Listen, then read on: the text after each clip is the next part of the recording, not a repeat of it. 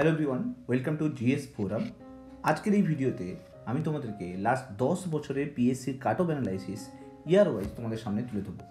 তার সঙ্গে সঙ্গে এটাও তুলে ধরবো যে ওই বছরগুলোতে কতজনকে ডেকেছিল কত নাম্বারের ভিত্তিতে, এবং তোমরা যাতে সঠিকভাবে বুঝতে পারো যে কাট অফ কত যেতে পারে। আমি চেষ্টা করেছি সমস্ত তথ্যগুলোকে অ্যাকুরেটলি তুলে ধরতে। গত 10 বছরে তুমি যদি দেখো তাহলে তুমি দেখতে পাবে যে পিএসসি 2022-এ আমরা যদি দেখি 2022-তে প্রায় 5,496 জনকে ডেকেছিল।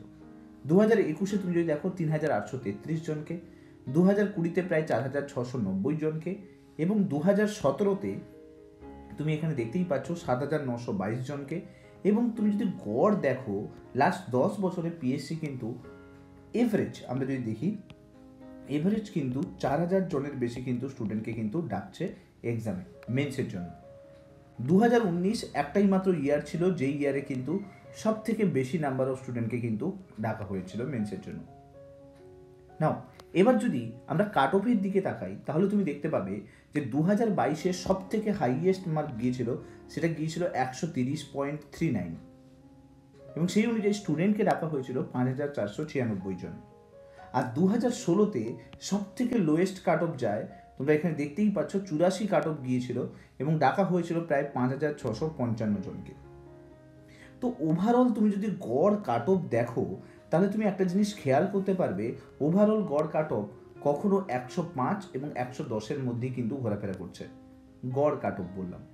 কিন্তু যদি তুমি লাস্ট 2-3 বছরের যদি কাট অফ দেখো তাহলে সেটা কিন্তু 120 প্লাস কিন্তু অলওয়েজ রয়েছে, অর্থাৎ 120 প্লাস কাট অফ কিন্তু থাকছে লাস্ট 3 বছরের কাট অফ যদি আমরা দেখার চেষ্টা করি আর লাস্ট 10 বছরের সঙ্গে যদি তুলনা করি। এবার এই কাট অফ প্রেডিকশন আজকের এক্সামের পরে কখনো করা সম্ভব নয়, কারণ আমরা জানি না যে পিএসসি অ্যাকচুয়ালি কতজনকে ডাকবে এবং কতজনকে মেন্সের জন্য সিলেক্ট করবে এবং কোয়েশ্চেন স্ট্যান্ডার্ড কী রয়েছে তার উপর বেস করে কিন্তু এই কাট অফ প্রেডিকশনটা কিন্তু হয়। তো যেহেতু আমাদের কাছে আইডিয়া নেই যে পিএসসি কতজনকে মেন্সের জন্য ডাকতে চলেছে, তাই আমার মনে হয় কাট অফ প্রেডিকশনের থেকে বড় ইম্পর্টেন্ট জিনিস সেটা হলো সেফ স্কোর প্রেডিকশন। কারণ সেফ স্কোরটা তুমি জেনে থাকলে তুমি বেটার ওয়েতে মেন্সের জন্য রেডি হতে পারবে। তো আজকে সেফ স্কোরটা জানা কিন্তু খুব দরকার। আমরা যদি 10 বছরের অ্যানালাইসিস দেখি তাহলে প্রায় 4,000 জনকে ডাকছে গড়ে, এভারেজ যদি দেখি 4,000 জনকে ডাকছে। তার মানে আমরা বলতে পারি যে মোর ও লেস 4,000 ক্যান্ডিডেটকে কিন্তু পিএসসি ডাকতে পারে। কিন্তু একটা ইয়ার ব্যতিক্রম ছিল, তোমরা এখানে দেখতেই পাচ্ছ যে প্রায় 3,833 জনকে ডাকা হয়েছিল, 4,000 থেকে একটু কম। তো মোর ও লেস আমরা বলতে পারি যে গড়ে কিন্তু 4,000 জনকে ডাকবে পিএসসি। এটা আমরা লাস্ট 10 বছরের এভারেজ দেখে কিন্তু বুঝতে পারছি। আর লাস্ট 10 বছরের এভারেজ থেকে এটাও বোঝা যাচ্ছে যে 110 কিন্তু একটা 105 থেকে 110 কিন্তু একটা এভারেজ কাট অফ কিন্তু যাচ্ছে, সেটা যেমন স্ট্যান্ডার্ডই কোয়েশ্চেন হোক না কেন। তবে আমরা যদি 2016-র কোয়েশ্চেনের সঙ্গে 2023-এর কোয়েশ্চেনকে একটু মেলাই তাহলে আমরা দেখতে পাবো যে মোর ও লেস 2016 এবং 2023-এর মধ্যে কিছুটা হলেও কিন্তু মিল রয়েছে on the basis of standard of paper. না সেই ইয়ারে কাট অফ গিয়েছিল 84 এবং ডাকা হয়েছিল প্রায় 5,655 জনকে। এবার যদি আমরা আজকে 2023-এর এক্সামের কোয়েশ্চেন পেপারটাকে যদি একটু ভালো করে দেখি তাহলে আমরা দেখতে পাবো টোটাল 70টা কোয়েশ্চেন এরকম ছিল যেগুলো কিন্তু টাফ কোয়েশ্চেন ছিল, অর্থাৎ যেগুলোকে অ্যাটেম্প্ট করতে গেলে নেগেটিভের চান্সটা কিন্তু অনেকটাই ছিল। তার মানে আমরা যদি বাদ দিই, অর্থাৎ 100 থেকে 70টা কোয়েশ্চেন টাফ ছিল, টোটাল 200 কোয়েশ্চেন। তো 200 কোয়েশ্চেন থেকে যদি 70টা কোয়েশ্চেন বাদ দিই তাহলে 130টা কোয়েশ্চেন এরকম ছিল যে কোয়েশ্চেনগুলোকে অ্যাটেম্প্ট করা যায়। এবার অবভিয়াসলি 130-এর বেশি কিছু স্টুডেন্ট অ্যাটেম্প্ট করবে বা 130-এর টোটাল অ্যাটেম্পটাও কিছু স্টুডেন্ট করে আসবে।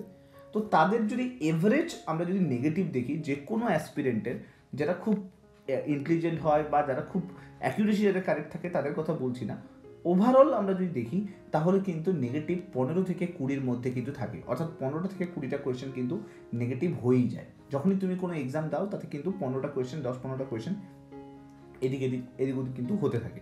তাহলে আমরা যদি বাদ দিই এই 15টা 20টা কোয়েশ্চেন যদি বাদ দিই, মানে আমি যদি ম্যাক্সিমামটা ধরে চললাম যে তুমি 15টা কোয়েশ্চেনই নেগেটিভ করেছো, তাহলে সেটাও যদি বাদ দিই তাহলে সেটা দাঁড়াচ্ছে 130 থেকে 115 বাদ দিলে তাহলে যেটা স্কোর দাঁড়ালো সেটা হচ্ছে 115। তার মানে আমরা বলতে পারি যে এই 115 এটা একটা টোটাল স্কোর দাঁড়াবে, এবং সেখান থেকে এই যে 5টা কোয়েশ্চেন নেগেটিভ যদি হয়, মানে বেসিক্যালি এখন পিএসসি তোমরা জানো যে প্রত্যেক 4টে কোয়েশ্চেনের জন্য 0.25 করে পার কোয়েশ্চেনে কাটছে। তার মানে প্রত্যেক 4টে কোয়েশ্চেনের জন্য 1 নাম্বার করে কাটবে। তার মানে সেই হিসেবে যদি দেখি প্রায় 4 নাম্বার মাইনাস হতে পারে, প্রায় মোরলেস আমি বলছি 4 নাম্বারের কাছাকাছি মাইনাস হতে পারে। তার মানে এই স্কোরটা কিন্তু 115 থেকে গিয়ে দাঁড়াবে 114, তাই না? এবার যদি এটা বললাম যে ম্যাক্সিমাম সিনারিওটা যদি দেখে নিই, এবার যদি একটু মিডিল সিনারিওটা দেখি, তাহলে 20টা কোয়েশ্চেন নেগেটিভ হতে পারে। তার মানে স্কোর দাঁড়াবে কত? 110। সেখান থেকে আরও 5 বাদ দিলে 105। তার মানে আমরা বলতে পারি যে এই টোটাল স্কোরটা কোথাও না কোথাও 108 থেকে 110-এর মধ্যে কিন্তু আসছে। তাই আমার প্রেডিকশন বলে যে সেফ স্কোর 105 থেকে +-5 হতে পারে, অর্থাৎ 105 থেকে 110-এর দিকে যেতে পারে, অথবা 105 থেকে কমে গিয়ে 100 হতে পারে।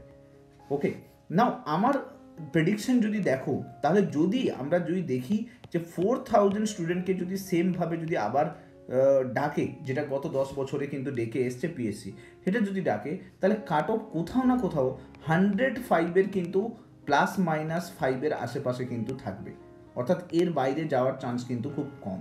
কেননা এখানে কিন্তু আমি তোমাদেরকে সব ডেটাগুলো সামনে তুলে ধরলাম। আমি এখানে কাট অফ বলছি না, কারণ কাট অফ ডিপেন্ড করে পিএসসি কতজনকে ডাকবে। এই সেম 4000 জনটা যদি বদলে গিয়ে এই 15,000 জনের কাছাকাছি যায়, তাহলে এই স্কোরটা কিন্তু কমে গিয়ে 80-তে গিয়ে দাঁড়াবে। আবার এই 4000 জনটা যদি 7,922 জনের কাছাকাছি যায়, তাহলে এই স্কোরটা গিয়ে দাঁড়াবে 100-এর কাছাকাছি। অর্থাৎ ডিপেন্ড অন পিএসসি কতজনকে ডাকছে তার বেসিসে কিন্তু সম্পূর্ণ ইতিহাস কিন্তু বদলে যাবে।